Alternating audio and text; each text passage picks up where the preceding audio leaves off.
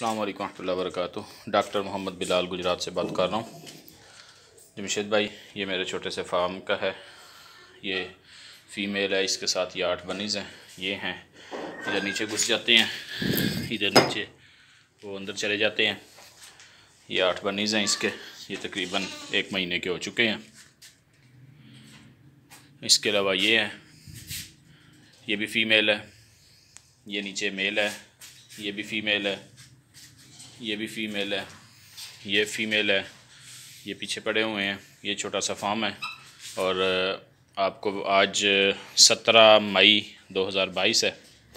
अल्हम्दुलिल्लाह आपको 2 पेयर मैंने जाइंट अंगूरा के बच्चों के भेजे थे और आपकी तरफ से मुझे पेमेंट रिसीव हो चुकी है 8000 रुपये।